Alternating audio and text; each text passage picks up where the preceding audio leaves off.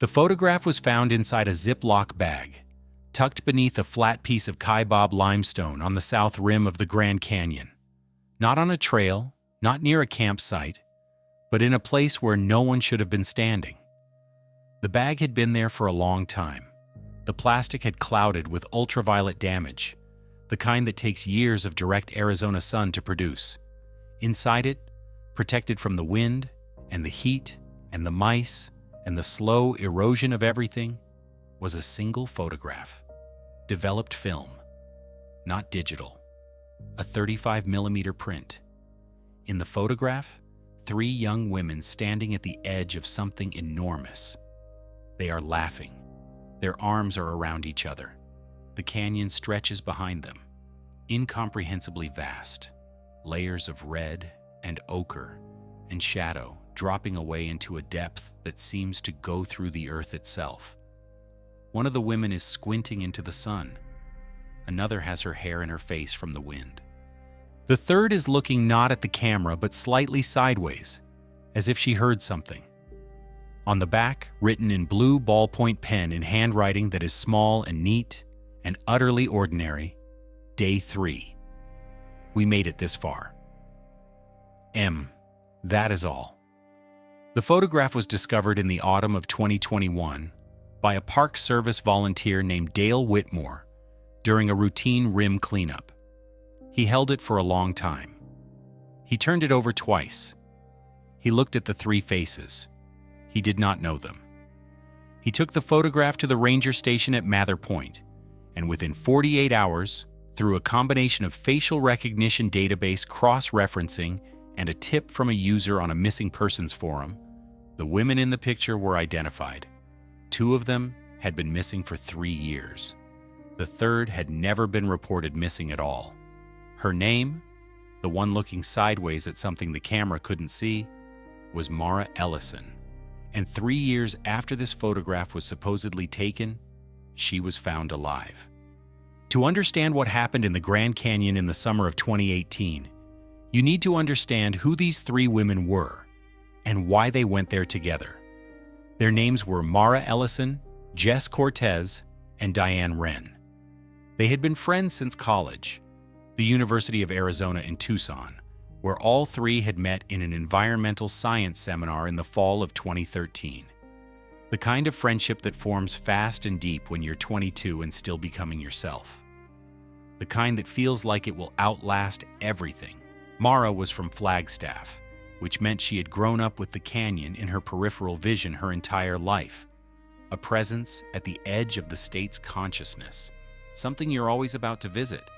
Something you take for granted precisely because it is always there. She was the daughter of a high school geography teacher and a nurse practitioner, the older of 2 children, a woman who had a reputation among her friends for being the one who actually read the trail maps, the one who double-checked the weather reports, the one who said things like, "We should start back by 2 at the latest." She was not reckless. This is important. The people who knew her would say this again and again in the years afterward, with a kind of frustrated insistence. She was not reckless. Jess Cortez was from Albuquerque, New Mexico.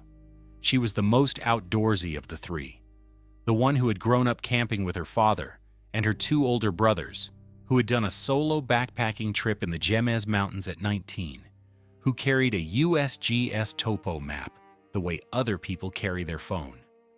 She was 27 in 2018, the same age as Mara, and she was between jobs. She had left a position at an environmental consulting firm in Phoenix 3 months earlier after a conflict with her supervisor that she described in text messages to Mara as not worth explaining, and long story, I'll tell you in person. She had moved back to her mother's house in Albuquerque. She seemed, in the messages she sent in the weeks before the trip, like someone who needed to be somewhere elemental, somewhere that made sense. Diane Wren was the youngest, 25, and the only one who had a full-time job she was taking paid time off from, a data analyst position at a tech company in Scottsdale. She was the quietest of the 3, described by mutual friends as watchful and dry-humored and deeply loyal. She had grown up in Ohio and come to Arizona for college and stayed, the way a lot of people stay. Because the light is different in the desert, because the sky is bigger, because something about the landscape fits a part of your personality you didn't know you had until you arrived. The trip was Mara's idea, and it had been in some form of planning for almost 2 years.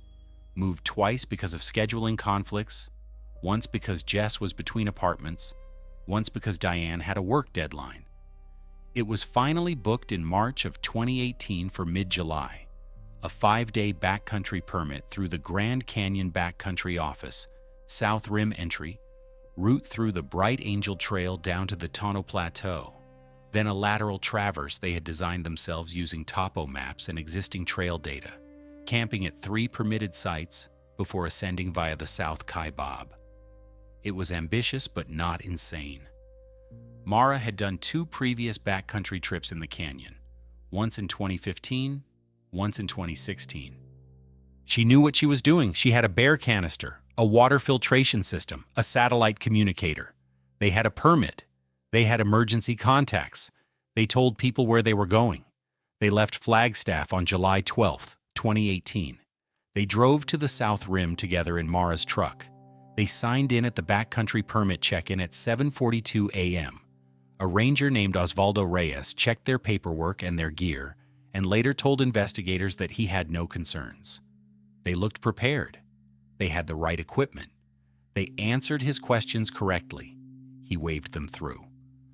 The last confirmed sighting of all 3 of them together was at the Bright Angel Trailhead at approximately 8:15 a.m. on July 12, 2018, caught on a Park Service trail camera. They were smiling. Jess had her hiking poles already out. Mara was adjusting the straps on her pack. Diane was looking up the trail with an expression that is, in retrospect, impossible to read. They descended into the canyon. They did not come back on July 17th as planned. On July 18th, when none of the 3 women had returned to their vehicles in the South Rim parking lot and none of their emergency contacts had heard from them, a missing persons report was filed. The emergency contact for Mara Ellison was her mother, Carol Ellison, who lived in Flagstaff. Carol had sent 3 text messages on the 17th and received no response. She called the Park Service at 6:47 p.m. on the 18th. The search began on July 19th. Over the following 11 days, the National Park Service conducted one of the most extensive search and rescue operations in the canyon's recorded history. 83 personnel were deployed at peak. Helicopter sweeps covered the Tonto Plateau, the Bright Angel Creek drainage, the Colorado River corridor from Phantom Ranch to Mile 87, and a significant portion of the lateral traverse route the 3 women had planned to take. They found their camp at Bright Angel Campground, the first night's planned site. The camp was set up and then apparently abandoned mid-morning of day 2, July 13th. A tent was still pitched. Inside it, among other things, 1 sleeping bag, 1 small journal belonging to Jess Cortez with entries up to July 13th, a bag of dried food, and Jess's satellite communicator, the device that was supposed to be their emergency contact link. It had been turned off. This was the detail that haunted investigators for 3 years. Not that the communicator was there, but that it had been deliberately powered down. This was not an accident. This was not a dead battery. Someone had held the device and pressed the power button and held it until the screen went dark. The journal entries offered no clear explanation. Jess wrote in a compressed, abbreviated style, notes more than narrative, and the July 13th entry read only, "Early start. M says we should push through to the next site. Weather okay, getting hot. D is quieter than usual. The canyon is something else in the morning." There is nothing that explains why they left the campsite, why they left the communicator behind, why they deviated from their permitted route. No bodies were found in the search, no further equipment, no footprints that could be conclusively attributed to them beyond a certain point on the Tonto Plateau, where the rock hardened and the dust gave way to bare limestone. After 11 days, the primary search was scaled back. After 3 weeks, it was officially suspended. The case was classified as a missing persons case with no confirmed outcome. The families were not notified of a death. They were notified only that the search had been suspended. Carol Ellison drove to the Grand Canyon and stood at the rim for a long time. She did not understand. The years between 2018 and 2021 are their own kind of story. The story of the people left behind. Carol Ellison became, in the years after Mara's disappearance, a kind of archivist of her own grief. She kept a binder. She kept every document: the search reports, the permit records, the correspondence with the National Park Service, the responses, or non-responses, from the FBI's Missing Persons Division, the printouts from the Missing Persons forums where strangers theorized about what might have happened. She hired a private investigator in 2019, a former Maricopa County Sheriff's deputy named Roy Castillo, who spent 4 months reviewing the case and ultimately concluded that the circumstances were anomalous but offered nothing new. She paid him $6,000. She did not regret it. She also walked. She walked the rim trail at the Grand Canyon 11 times over those 3 years. Not as a search, not exactly, but as something she couldn't explain.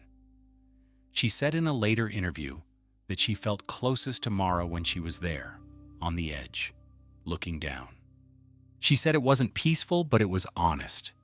The canyon didn't pretend anything. It was just what it was. The Cortez family, Jess's mother Elena and her brothers Marco and Danny, filed a lawsuit against the National Park Service in 2020, alleging inadequate search procedures and failure to properly track backcountry permits through the designated checkpoints. The lawsuit was settled out of court in late 2020. Elena Cortez gave an interview to a Phoenix news station in January 2021 in which she said, "I don't know if my daughter is alive. I don't know if she's dead. That's what they took from us. Not just Jess. They took the ending." Diane Wren's family in Ohio was quieter in public, harder to reach. Her parents gave one statement to the NPS in the weeks after the search was suspended, and then declined all further interview requests. Her mother, Patricia Wren, was reportedly hospitalized for a mental health crisis in the winter of 2018 and recovered, but the family remained private. A younger brother, Tyler Wren, was active for a period on missing persons forums, posting and responding under a username that regulars learned to recognize. He stopped posting in mid-2020 without explanation. The online community around the case was, by contrast, anything but quiet. The 3 women had become something that happens to missing persons cases in the internet age, a mystery that a community claimed. There were subreddits. There were YouTube videos. There were theories. Some grounded in actual knowledge of the canyon and desert survival, others that belonged to the shadowy internet zone where the factual and the conspiratorial blur together. There were people who believed they had drowned in a flash flood in a side canyon. There were people who believed they had been the victims of foul play. There were people, and this contingent was not small, who believed they had walked away intentionally, that this had been a planned disappearance, a chosen departure from their lives. This last theory bothered the families most. Carol Ellison addressed it once in a public Facebook post that became briefly viral. Mara had a life she wanted to live. She had plans. She had a dog. She had a dentist appointment on July 25th. She did not vanish on purpose. Stop saying she did. The post got 12,000 shares and 4,000 comments. Some of the comments agreed with her. Some did not.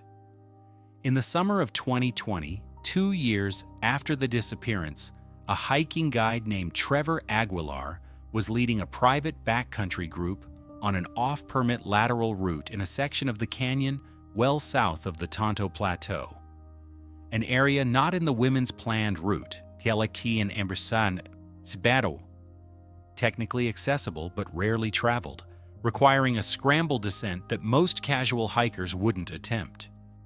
The section is sometimes called the Middle Shelf by locals, a narrow band of relatively flat limestone that runs for about 2 miles at an intermediate elevation, above the inner gorge, but below the Tonto, tucked between two major geological formations like a hidden ledge. Trevor Aguilar and his group were traversing this area when they found something: a cache. Someone had constructed, with deliberate care, a small shelter against the base of a rock wall. A lean-to arrangement using a weathered tarp, rocks stacked as windbreaks, a notch cut into the stone that formed a kind of natural alcove. Inside the shelter, a water collection system made from a cut plastic container and a piece of tubing, positioned to catch runoff from a crack in the rock face above. Evidence of a fire pit, cold and old, stones arranged in a circle. Several empty food packaging wrappers, the kind used in commercial hiking food, the foil packets that hold freeze-dried meals, pressed flat and stacked neatly under a rock, and a journal, a weathered, sun-bleached notebook with a water-damaged cover, most of whose pages had fused together from moisture cycles over years in the desert. The pages that could be read revealed a handwriting that would later be identified by a graphologist as consistent with Jess Cortez. The readable entries were fragmentary. Water damage had destroyed much of the content. What remained was enough to confirm that someone had been living in that shelter, or returning to it, over a significant period of time. But not enough to answer the question of how or why or what had happened to them. Trevor Aguilar reported his find to the Park Service on August 14, 2020. The site was investigated. A new search, limited in scope and resources, was conducted over 4 days in August 2020. It found nothing further. The Cortez and Ellison families were notified. The handwriting analysis was not definitive. The case remained open. The photograph found by volunteer Dale Whitmore in October 2021 was the first piece of physical evidence that broke the case open.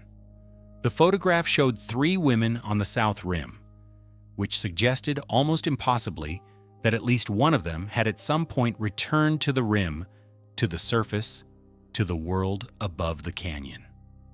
The Day 3 notation on the back placed it on July 14, 2018, the 3rd day of the trip, 1 day after they had abandoned their base camp. But the South Rim is not below the rim. They had somehow ascended, at least in part, at least temporarily, and been photographed there. This complicated everything. If they had made it back to the South Rim on Day 3, why hadn't they reported in? Why hadn't they gone to the ranger station? Why had they apparently descended again? Or, and this was the question that investigators came back to, that the families couldn't stop turning over? Was the Day 3 notation not about the hiking trip at all? Was it written later? Was the photograph from a different time altogether, and the writing on the back retroactively labeling a different 3rd day? The photograph was sent to forensic analysts. The paper composition was consistent with Kodak photographic print paper stock from 2015 to 2019. The image itself was examined for metadata shadows, the tiny, invisible markers that some photo printing services embed in prints. The Walgreens photo printing service in Flagstaff, Arizona, embeds a specific marker in their prints. The photograph had this marker, cross-referencing the service records, which Walgreens retains for 2 years, not 3, was inconclusive. But the photograph had been placed there deliberately. The Ziploc bag, the placement under the rock. Someone had left it to be found. 2 weeks after the photograph's discovery, on November 3, 2021, a Park Service maintenance worker named Sandra Ochoa was doing routine trail work on a section of the South Rim Trail east of Mather Point, a stretch that is maintained but rarely heavily trafficked, overlooking a particular angle of the canyon that most tourists don't reach. Sandra was clearing brush from a drainage when she found a woman sitting on a rock. The woman was thin, very thin, in the language of the medical report that would later describe her, severely underweight, consistent with prolonged nutritional deficiency. She was wearing clothing that was sun-bleached and worn to the point of disintegration at the seams. She had no pack, no water, no phone. She had been sitting on the rock, Sandra Ochoa said, as if she had always been there, as if she had simply grown up out of the limestone. She was coherent. She spoke clearly. She gave her name when asked. Her name was Mara Ellison. She was 30 years old. She had been missing for 3 years, 4 months, and 22 days. What happened next unfolded over a matter of weeks, and the details came out slowly, incompletely, through a combination of official channels, leaked documents, and eventually Mara's own account, given first to investigators, then to a therapist, then, in a carefully managed format, to the public. Mara was airlifted to the Flagstaff Medical Center, where she was treated for severe dehydration, malnutrition, and extensive sun damage to her skin. She had injuries consistent with long-term exposure and repeated minor trauma, healed fractures in 2 toes, scarring on her hands and forearms, damaged eyesight from years of desert UV without adequate protection. She was in the hospital for 3 weeks. Carol Ellison was called at 4:17 p.m. on November 3, 2021. She later said she sat down on the floor when she heard. She didn't fall. She chose to sit down, slowly, because she didn't trust her legs. She sat on the kitchen floor and pressed the phone against her ear and said, "Okay, and okay, and okay, and nothing else." When she got to the hospital in Flagstaff, Mara was asleep. Carol sat in the chair beside the bed for 6 hours without leaving. The question that everyone, investigators, journalists, families, the entire online community that had spent 3 years theorizing, wanted answered was the same. What happened to them? The answer, when it came, was not what anyone expected. In the weeks and months following her discovery, Mara gave her account in stages. The full picture took approximately 8 months to emerge, and even at the end, it was incomplete. Some of it may never be known with certainty. This is what she said happened. On the morning of July 13, 2018, day 2, Jess woke before dawn. She was not sleeping well. She had been struggling in the weeks before the trip, more than she had let on to Mara and Diane. The job loss had hit her harder than she acknowledged, and there was something else, something she had not yet told either of them, that she had been carrying alone. She told Mara about it that morning, sitting outside the tent in the pre-dawn dark, speaking quietly so Diane wouldn't wake. What she said, the specific content of that conversation, Mara has not disclosed publicly, and has asked investigators to keep confidential under the legal frameworks that permit survivors to maintain privacy around mental health disclosures. What Mara has said is only this: that Jess was in crisis, that the conversation was serious, and that by the end of it, Mara understood that continuing the trip as planned was not the priority. The priority was Jess. Diane woke. The 3 of them talked. They made a decision that, from the outside,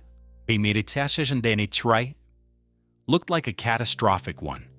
Instead of going back up and out of the canyon, the rational, safe, recommended response to a medical or psychological crisis in the backcountry, they decided to go sideways, to move laterally along the canyon, away from the maintained trail system, to a quieter part of the canyon where Jess could have space. Time. Mara has explained this decision in her own words as follows: "We didn't think we were going to be gone long. We thought we would spend a day or 2 off trail, let Jess have some time, and then go back out. We knew the canyon. We weren't afraid of it. We didn't think we were in danger." They powered down the satellite communicator because Jess didn't want to be found. She had said, clearly and specifically, that she needed to not be reachable, that going off-grid was part of what she needed. Mara made the decision to honor that. She made it quickly, without enough consideration of the consequences. She has said she would make a different decision now. They moved off trail. On day 4, July 15, 2018, there was an incident at the middle shelf, the same section of the canyon where Trevor Aguilar would later find the shelter and Jess's journal. The nature of this incident has not been fully disclosed. What Mara has said is that Jess fell, that she was moving along a ledge section in the afternoon heat, when temperatures in the inner canyon can exceed 115 degrees Fahrenheit, and that she lost her footing on a section of loose scree above a significant drop. Jess Cortez did not survive the fall. Mara and Diane were alone in the canyon with their friend's body. No communicator, no clear route back to a maintained trail, and a canyon that is, this is not metaphor, this is geology. One of the most complex and disorienting environments on Earth. The Tonto Plateau looks flat from above and is a maze at ground level. Side canyons branch and dead end. Drainages lead to sheer drops.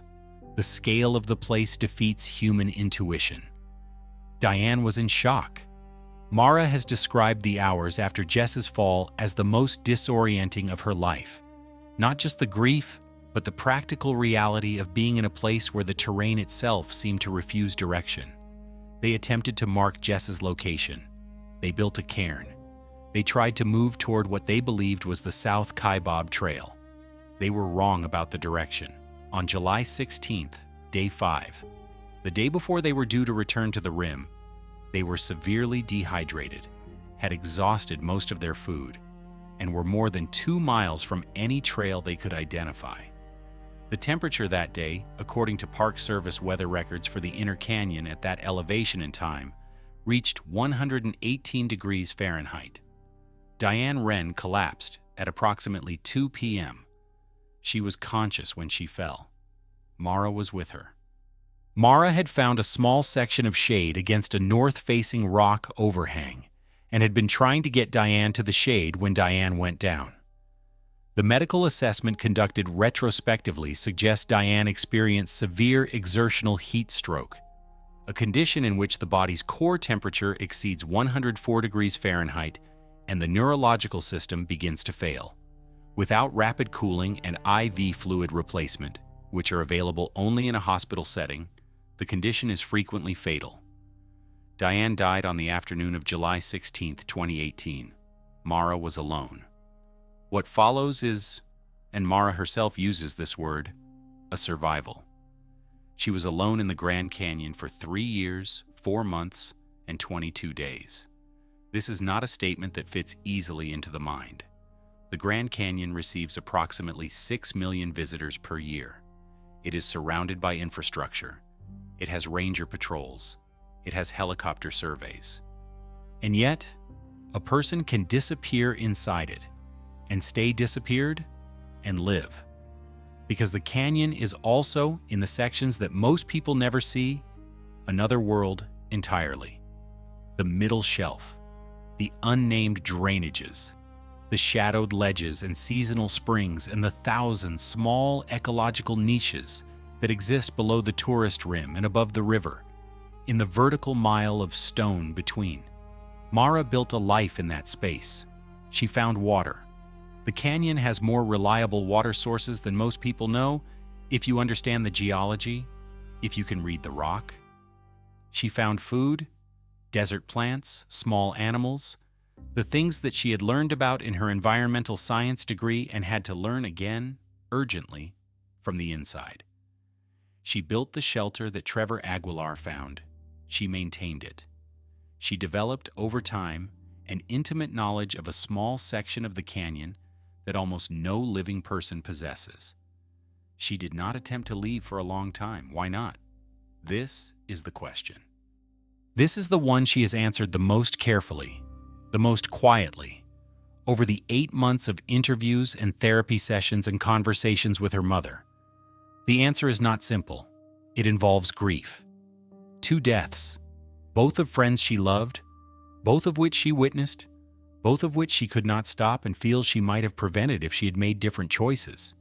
It involves something that she has described, in various formulations, as the canyon becoming more real to her than the world above it. A psychological process. Documented in extreme isolation cases, named in the clinical literature, in which the environment of captivity or isolation gradually replaces the psychological architecture of the previous life, until re-entry into ordinary reality becomes not just logistically difficult, but emotionally unimaginable.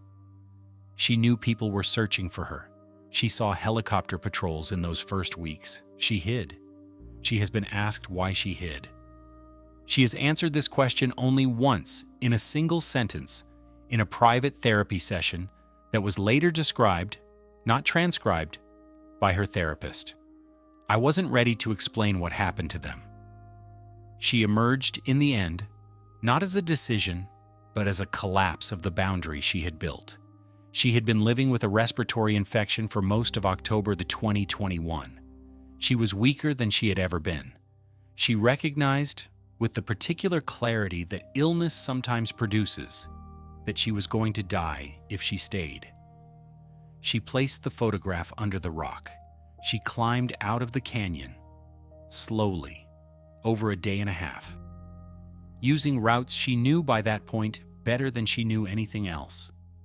She reached the south rim on the morning of November 3rd. She sat on a rock in the thin November sun and waited for someone to find her.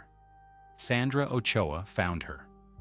The remains of Jess Cortez were recovered in the spring of 2022 from a location on the middle shelf that Mara directed investigators to. The site was 11 miles from the nearest maintained trail, a distance that helps explain, though only partly, why the search had not found it. A memorial service was held for Jess in Albuquerque in June 2022. Elena Cortez attended. Mara attended. They sat in the same room for the first time. What passed between them in private has not been reported. The remains of Diane Wren have not been found. The site Mara identified was searched, but the canyon keeps things in ways that are not entirely predictable. Geological time and human time are not the same. The NPS has not closed the search. The Wren family continues to wait. Mara Ellison lives in Flagstaff. She has not returned to the Grand Canyon since November 2021. She is in ongoing therapy. She has said in the one public statement she has released that she does not seek forgiveness, that she is not sure forgiveness is the right frame, but that she wants the people who loved Jess and Diane to know that they were loved inside the canyon too, by her, every single day she was there. She still develops her own photographs. The photograph from under the rock, day 3. We made it this far. M is framed on the wall of Carol Ellison's kitchen in Flagstaff, next to a window that, on clear days, shows the San Francisco peaks in the distance. Mara can see it from the table where she has her coffee every morning when she visits her mother. She has never explained what they had made it to, or from, on that third day. She says she knows. She says that's enough. The Grand Canyon is 277 river miles long, up to 18 miles wide, and over a mile deep. More than 800 people have required rescue within it since 2000. The backcountry below the rim contains areas that have not been mapped in meaningful detail at the human scale. The canyon is one of the most visited places on Earth. It is also, in its interior, one of the least known. 6 million people stand at the rim each year and look down. Most of them do not understand how far the bottom is. Thank you for watching this video until the very end. Mara, Jess and Diane's story still leaves behind more questions than answers. And maybe that's what makes it so disturbing. What do you think? Why did Mara hide for all those years? Could you survive completely alone in a place like that? And what do you believe really happened inside the canyon during those days? Share your thoughts in the comments. I read every single one. If you enjoy documentary-style stories about mysterious disappearances and unsolved cases, make sure to leave a like and subscribe to the channel so you don't miss future videos. Thank you for being here, stay safe, and I'll see you in the next story.